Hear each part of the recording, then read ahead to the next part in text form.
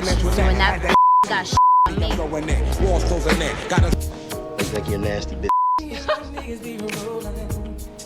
Alright, no, check it. Black people, Sarah.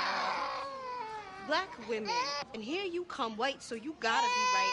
And you take one of the few decent men we have left after jail, drugs, and drive-by. That is what Nikki meant about you up in our world. Should we really like Save the Last Dance? Were you blind to stereotypes in that film? That movie did nothing for black people, by the way. After rewatching Save the Last Dance, yep, it's a no from me. Hello everyone, welcome back to another video of mine. I am Serena the journalist and I'm here doing my first film review that I think we will all appreciate, because when I did research into this, I was like, damn, I was blindsided when I was watching this about 10 years ago. I'll be talking about Save the Last Dance and how it was built on the white gaze, and also how it upheld racial and negative stereotypes. Please do like, comment and subscribe. As always, please do give me your thoughts as you're going through this video, because I would like to know what you thought of this video on a whole. I'm on the way to 200 subscribers. I'm almost there, so literally please engage, because it really does help me. So without further ado, let's get into the video. Save the Last Dance was written by Duane Adler and Cheryl Edwards, and it poorly did, in my opinion, tackle prejudice, white privilege, and the systematic racism experienced by black teenagers in Chicago. It starred Julia Stiles as Sarah and Sean Patrick Thomas as Derek. It's a typical movie about a middle-class suburban white woman dating a black man from an inner city. The movie's success depends on using dated stereotypes such as the angry black woman, the thuggish black man, and the innocent white woman, to name a few. Save the Last Dance follows the story of Sarah Johnson, a talented white teenage ballerina whose dreams of attending Juilliard are shattered when her mother died in a car accident on the way to Sarah's audition. Now Sarah, overwhelmed with grief and guilt, moves to Chicago's South Side to live with her estranged father Roy, and she finds it hard to adjust to her new environment. But here she befriends Chanel, who is played by the Queen Kerry Washington, who introduces her to the culture and a popular hip-hop club called Step.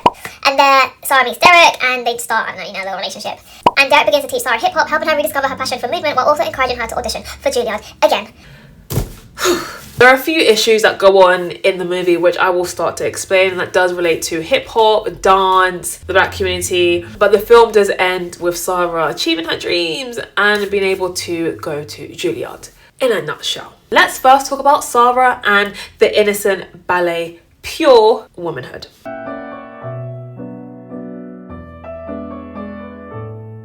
Now, Julia Stiles, who played Sarah, was the main character, and she filmed the film when she was 19 years old. Now, Sarah is literally the reason why the whole movie even exists. It starts with her and ends with her. We follow her life from the beginning until the end, where she achieved her dream of being accepted in getting a scholarship for a ballet at a university. And Sarah is really meant to represent this pure white woman who, despite having tragedy and despite having now grown up in what is seen as an impoverished area, is the poster girl for success. Not just her race, but even her upbringing is meant to represent the difference to African Americans. Ballet, for instance, was something that at the time was exclusively only really meant to be accessed by white women and white people. Ballet dance has been identified as a Eurocentric form of art that limits its pursuers based on many types of aesthetics, such as body type, e.g. thinness and perfectionism, bone structure and the natural alignment and flexibility, as well as skin colour. It's actually written that where white hegemony is historically content to exploit black bodies for athletic advantages, ballet is a form of art, but before it is a sport, and its rigidly white idea of beauty is considered an art worth preserving rather than competitive landscape worth widening. Throughout the course of ballet dance history, white ballerinas have maintained the spotlight, subsequently leaving limited representation of black ballerinas. In John Martin's 1963 analysis of the history and innovation of dance, he praised the first ballet ever made in 1581 as an unprecedented splendour. At the time of ballet's original debut in America in the 1930s, black dancers in ballet were not often seen on stage. In an article called Dance in Black and White, examining the stereotypes of black and white ballerinas and hip-hop dancers, it says, Martin refuted the idea that black dancers held the aesthetic values and demeanour for the traditional European art, claiming that it is a matter of the length of limbs, spine curvature and inborn pelvis limitations that separates black and white dancers. As a form of art, ballet has been historically positioned as a tool that upholds elitist and Eurocentric values and beliefs such as valuing thinness, pale skin and cis femininity. There is a big underrepresentation when it comes to ballet. In 2017, universities in the United States offering a ballet degree reported that 62% of ballet degrees were awarded to white dancers, 20.5% were awarded to Latinx dancers, 5.13% were awarded to Asian dancers, and only 2.56% were awarded to black dancers. And other forms of dance such as hip-hop may yield greater representation on black dancers due to hip-hop's origins during the Harlem Renaissance. The stereotypical ballerinas, as you can see, are slim, submissive, delicate, and meek, and is the converse of stereotypes about black women, such as the strong black women or matriarch characters. It goes on to say that perceptions of the race of ballerinas may be convoluted by the hypersexuality of the role, which favours a submissive white character, whereas hypersexuality is commonly encouraged for black female viewers in adjacent forms of entertainment. The colour of their skin has been associated with traits and behaviours that historically oppose the qualities of a ballerina. So, are we getting where all this is going? Ballet wasn't meant to be accessed by anyone who wasn't white. In 1955, Raven Wilkinson broke barriers as the first full-time black woman dancer with Ballet Ruche de Monte Carlo. June of 2015, Missy Copeland became the first black woman promoted to a principal dancer in the American Ballet Theatre, arguably the most prestigious ballet company in the United States. But she did confess that despite her presence, she was the only African American in almost every environment in terms of classical ballet. And so even when the ballet world tries to be inclusive, they still have fallen very much short of the stereotypes that fell on black women. Now, I have spoken about this in another of my videos, so I'll leave a link in the bio. In 1946 was the first Negro classical ballet school formed in Los Angeles, which was to celebrate black history rather than fetishize it. The white choreographer Joseph Rickard at the time wanted to give black Americans a more accessible opportunity to participate. But Rickard still failed to represent black ballerina professionals and in a way that didn't sexualize them. One of their most popular productions was called The Harlot's House. What? Which was inspired by Oscar Wilde's poem about lost love in a brothel. The black dancers cast in this show were forced to uphold the trope of a Jezebel, a sexually promiscuous woman of colour. Another production, Raising Cane, sought to depict aspects of black rural life in which an uneducated character named Tom is lured by a pimp into a nearby bar with a prostitute, and a third landscape is about the lynching of a young man in the American South. And so we can literally see how art, and ballet specifically, has segregated a whole community of aspiring dancers, has literally pushed out a group of people because they don't fit the aesthetic of what is meant to be poised, elegant, feminine, delicate, and all these things that were assigned to white women and white women only. We can literally see how there was no effort to let these dancers play anything else except something that didn't relate to trauma or uphold negative sexual stereotypes. And so knowing this, the film sets up Sarah to not just be this regular white girl, but who clearly comes from somewhat of a decent middle-class background where she was good enough to get a scholarship for ballet, an art that was exclusively denied to anyone else who didn't have the slender look or complexion of a ballet dancer. Sarah was never meant to end up in Chicago. Ballet dancers weren't meant to be in Chicago. But what was Chicago even like in the 90s? Now, I've never been to Chicago before, but one day. Now, the film is set in Chicago and is especially represented in the South Side, which is portrayed as this gritty, energetic, and culturally rich, which is a big difference from Sarah's upbringing. Through busy streets, crowded schools, and vibrant clubs, the film highlights the neighborhood's strong sense of community. But it's also depicted as a space that is hit by socioeconomic challenges, violence, limited resources, and systemic inequality from a backdrop that influences the characters' decisions and opportunities. It is a space that ultimately becomes a place of transformation for Sarah, pushing her to confront her biases, embrace new forms of expression, and find belonging through the shared language of dance. But Chicago is a space that Sarah could benefit from for a short period of time. In reality though, I'm not so sure. In 1986, the city's ad agencies, investment banks, law firms, benefits consultants, accountants, and management consultants employed 17,000 people. By 1998, they employed 60,000 people. Chicago was better equipped than any other Midwestern city for the day when trading became something more profitable than making something. There was a lot of capital happening, both that it was getting into the communities, but on a wider yet very exclusive scale. A lot of business was done there, and because of its central geographical position, Chicago O'Hare International Airport was the world's busiest airport, making it a spot for consulting businesses that flew employees all over the country. It gained popularity in the 1990s and many graduates from university were starting to relocate there. The population of the Chicago metropolitan area grew by 869,000 between 1990 and 2000, the largest decade of growth in 30 years. The gain of 112,000 people in the city of Chicago was the first in more than 50 years. And not even business, but sport. The Chicago Bulls played a big role in the city's 1990s renaissance. The United Center was built to hold the crowds who want to see Michael Jordan and the team play. The state was on the map. It was the home to not only Michael Jordan, but also talk show host Oprah Winfrey at the time and Barack Obama, who won his first election to the Illinois State Senate. Hispanics fueled most of the growth in the city of Chicago, whereas the white and black populations slowly declined. Population of the suburban Cook County also grew in the 1990s. Population gains there resulted from the growth of the Hispanic, black, and other groups. These gains offset the loss of 184,000 whites. Population growth was greatest in the suburban areas beyond Cook County because net migration and natural increase gains were substantial. The distribution of racial/ethnic groups within the three areas shifted during the decade as a result of these trends. And so black people were the largest group in Chicago in 2000s, followed by white people and Hispanic. Crime is portrayed in the film as widespread, but is a complicated aspect on the life of Chicago's South Side, shaping the environment without defining the entire community.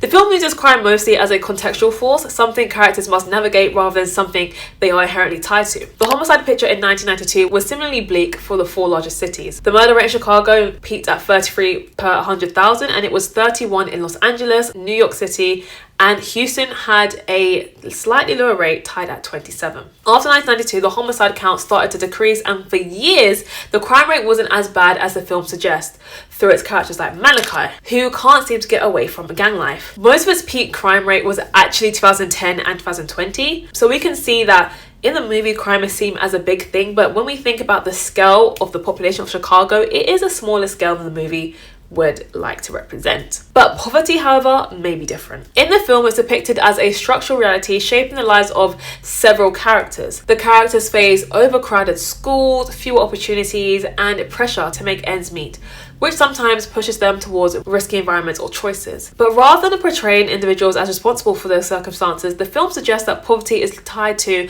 broader social inequalities.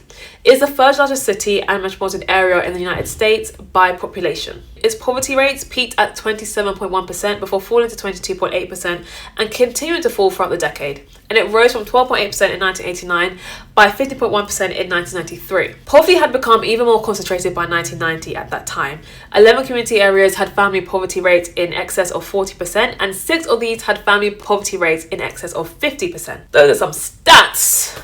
The number of people living in high poverty neighborhoods was big because mainly urban problems such as crime, unemployment, welfare, dependency, drug use, substandard educational outcomes, and out-of-wedlock births are most prevalent in high poverty areas.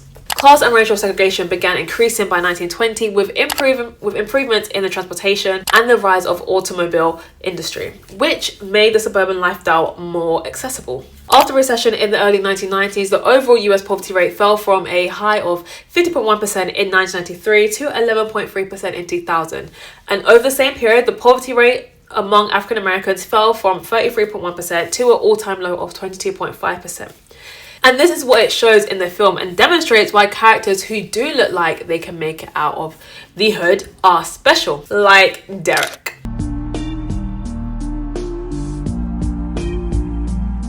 So Derek Reynolds is played by Sean Patrick Thomas and he's also a main character in the movie. He is seen as a focused, quietly charismatic high school senior whose life is defined by ambition, loyalty and the weight of growing up too fast. Living on Chicago's South Side, he determined to break away from the pressures and dangers around him by pursuing a career in medicine. He builds a relationship with Sarah, as I mentioned earlier, which does challenge her but also supports her, helping her rebuild her passion for dance while confronting his own fears about the future. Intelligent, grounded, and emotionally layered in the film, he's basically meant to represent hope and someone striving to rise beyond circumstance without forgetting where he comes from. He is the token black man in the film, where his mentality allows him to be a perfect fit for Saint Sarah. Now, Derek is one of the only few eligible men in what seems like the whole of Chicago. Like, what? He was going to study medicine at college, and at the time there was a high number of white students, 82.4% who finished high school during that time. and just 39.4% of blacks and 36.5% of Hispanics, but also between the ages of 18 and 24, participated in college in 2000, compared with more than 43% of whites. The producers could have shown more black men, in my opinion, who were studious and honourable, but no. They decided to pander to prevailing stereotypes of black men as the thuggish, predatory criminals that populate the film. But this isn't just within university. During the years between 1990 and 1992, the percentage of African Americans graduated from high school slipped slightly during the 2-year period to 75% from 77%, while for whites it stayed roughly at 83%.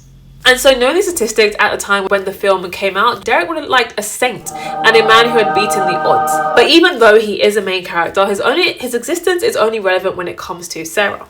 He teaches her about dancing and life and is mostly the only reason that she is able to get her scholarship. Sarah is able to benefit from Derek, but Derek isn't able to benefit from Sarah, as the relationship only really matters when Sarah is needing something.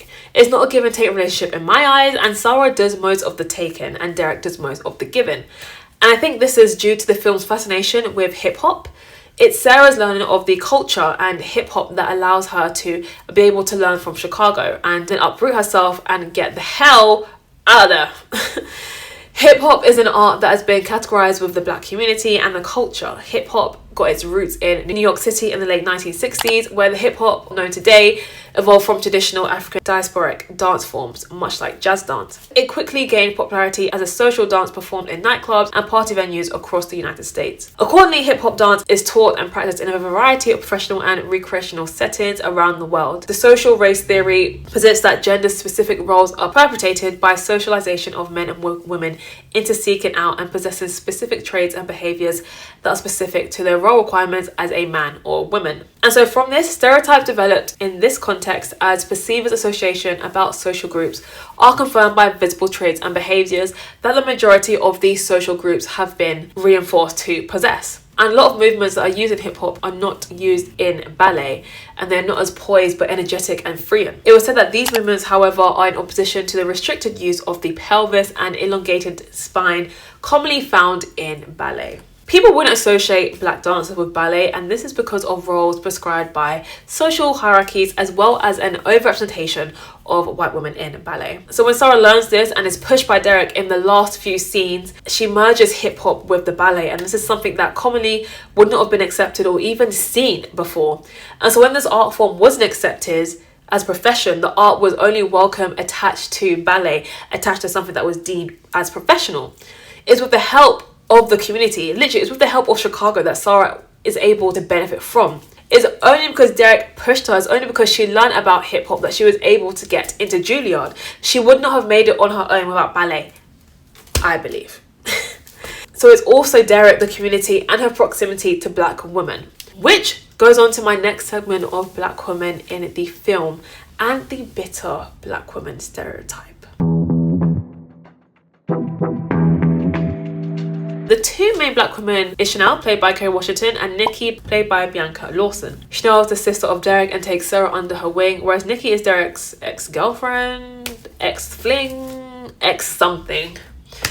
And the movie does a good job of maintaining negative black women stereotypes, which annoyed me like crazy. Oh my gosh. And I will explain why. Chloe Angel wrote that it feeds stereotypes about ballet and blackness as anti-ethical, stereotypes that make life difficult for black ballet dancers and especially for black girls and women. Chanel's and Derek's mother once served, I don't know why this is even in the film, but anyway, once served time in jail for drug possession and prostitution and wasn't involved in their lives. Black women today form the fastest growing prison population due to racist war on drugs policies. Their kids are being taken away and put into foster care, for rarely do non-blacks adopt black kids, and black parents had to go through a series of bureaucracy which takes up to several years before adopting them. As a result, most black kids are informally taken care of by their friends and relatives, such as Derek and Chanel's grandmother. First of all, Chanel. Like, why did they do that to Chanel? Like, why? Chanel in the film is 15 years old and she's a single mother. Bruh. And she is also basically Sarah's conscience and is the strong black woman that black women were often put in. In the film, Chanel is struggling as a single mother. Her baby daddy refuses to commit to the child's life in a meaningful way. And to be honest, her being a single mom did nothing to the movie but maintain harmful stereotypes about black women. In the 1990s, there were 3.4 million black families with a single mother, and with that 48.1% of black families with a single mother in the United States live below the poverty level. But teen pregnancy was not a big phenomenon back in the 90s for a supporting character like Chanel to have to play. By 1990, the pregnancy rates for ages 15 to 19 were 95.9% per 1,000 girls. And by 1998, the same birth rate for that same age group had dropped by 18%. And even if someone in the comments is like, well, what about black women? Teen pregnancies among black women in the 1990s declined significantly, with rates dropping about 31% between 1990 and 1996. So what are we talking about? What are we talking about?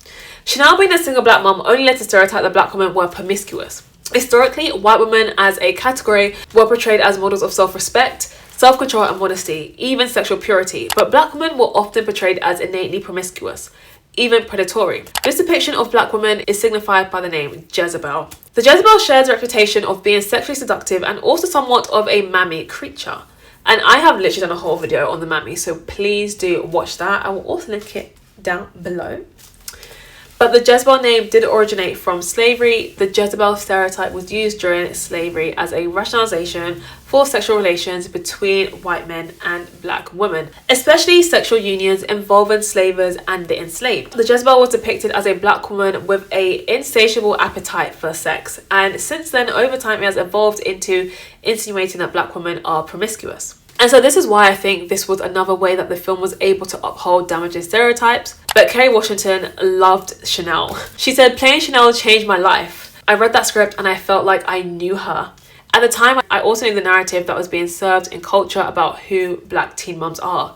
And I knew that if I'd done it right, this was an opportunity to transform some stereotyped thinking and make this young woman real and human and deserving of love and attention." And then you have Nikki, the ex, I guess, of Derek, and she's the anti-hero of the film. Like, literally, even the way she is set up, wearing dark clothes and giving a sort of gothic look to her, she is this vampy villain in contrast to Sarah's virginal pureness, like it's mad. From the beginning of the film, she's meant to be the mean girl and picks on Sarah because she seems like an easy target, which we will get into why.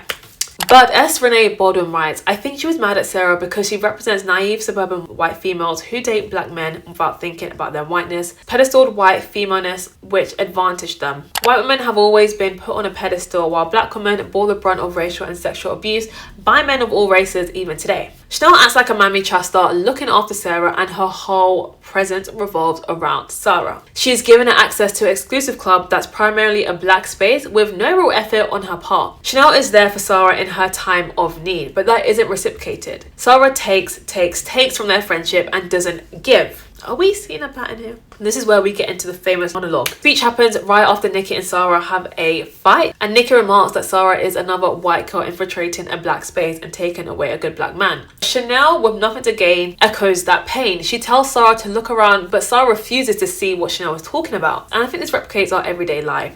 Time and time again, black and underrepresented groups ask their white counterparts to look and see, but they refuse to understand what we're talking about. Sarah refuses to take this opportunity to confront her privilege. She obviously doesn't have a clue about what people are thinking. Then there's a middle-aged white lady on the train staring at the couple. She evidences her prejudices by her hate stare as well as saying hateful things under her breath. But Sarah chooses not to open up her pretty brown eyes. Instead, she dumps Derek and isolates herself entirely. And so this reveals the weakness of her character. The moment her privilege is called out, she backs off from everyone.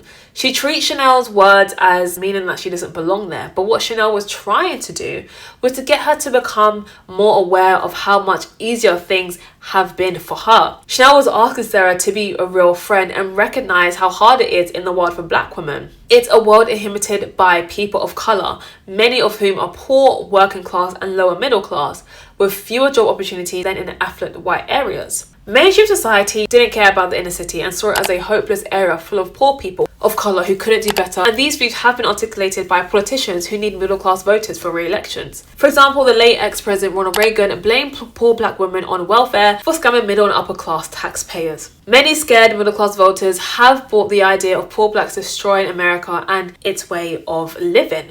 At this moment, Chanel wants Sarah to open her eyes and understand, but Sarah refuses to make Chanel and Nikki become these two bitter black women who are mad at a white girl for infiltrating their lives. Sarah's response is that there's only one world and there's nothing else to tackle that. So the film actually does a poor job of creating a meaningful message, nor does anything to bridge the gap between these two worlds. The movie overemphasizes the anger of several black women, and looking back, I can see what the film tried to do. It tried to open up the conversation of interracial relationships, but didn't want to get into the nitty-gritty of it all. And so the film can only go so far in terms of being revolutionary. I think it's interesting, mine and a lot of people's take on the film, but in an interview with Sean, he said this was a major studio film with a studio budget and all that. And at the time, it was extremely rare for there to be a black man as a co-lead in a romantic movie with a white girl, or with any girl, period. Thomas Holden cited during a recent conversation, in 2021, I still don't think we see enough black men on screen as leading men as love interest. It's still too rare in my opinion. Julia Stiles also said in 2021, making the movie opened my eyes to a lot of things I wasn't aware of. It's my white privilege that allowed me to go into making that movie thinking, are people still racist? Or do people disapprove of a black guy and white girl getting together? That seems crazy to me. But obviously I was ignorant in many ways, because now more than ever we see that those biases and prejudices certainly still exist. And so looking back, the problem with the film is that it privileges Sarah as being morally superior to the black woman in the neighborhood. The movie is about Sarah and her struggles, instead of exploring the struggles of the community temporarily. The community temporarily resides in, and the characters that help her up along the way. Save the Last Dance portrays black women as being accepted only in often stereotypical vulgar hip-hop dancing as portrayed as steps. It upholds negative stereotypes that wouldn't have benefited, I believe, at the time which it was made. It was made of the white gaze, and possibly to make them feel aware, but also to reject any responsibility in any way about some of the areas around us that are set up. So that is my rundown. Please do let me know what you think. Leave a comment in the comment section below. I feel like if anyone gets this far in the video, which I hope you have, there'll be a lot of interesting takes from this, and I'm really excited to see any comments. What are your views on Save the Last Dance? Do you love the film? Do you hate the film? Let me know in the comment section below.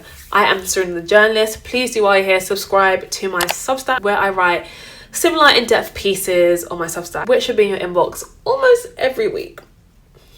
But yes, once again, thank you everyone for watching. Please do like, comment, subscribe, and I'll be back soon with another video.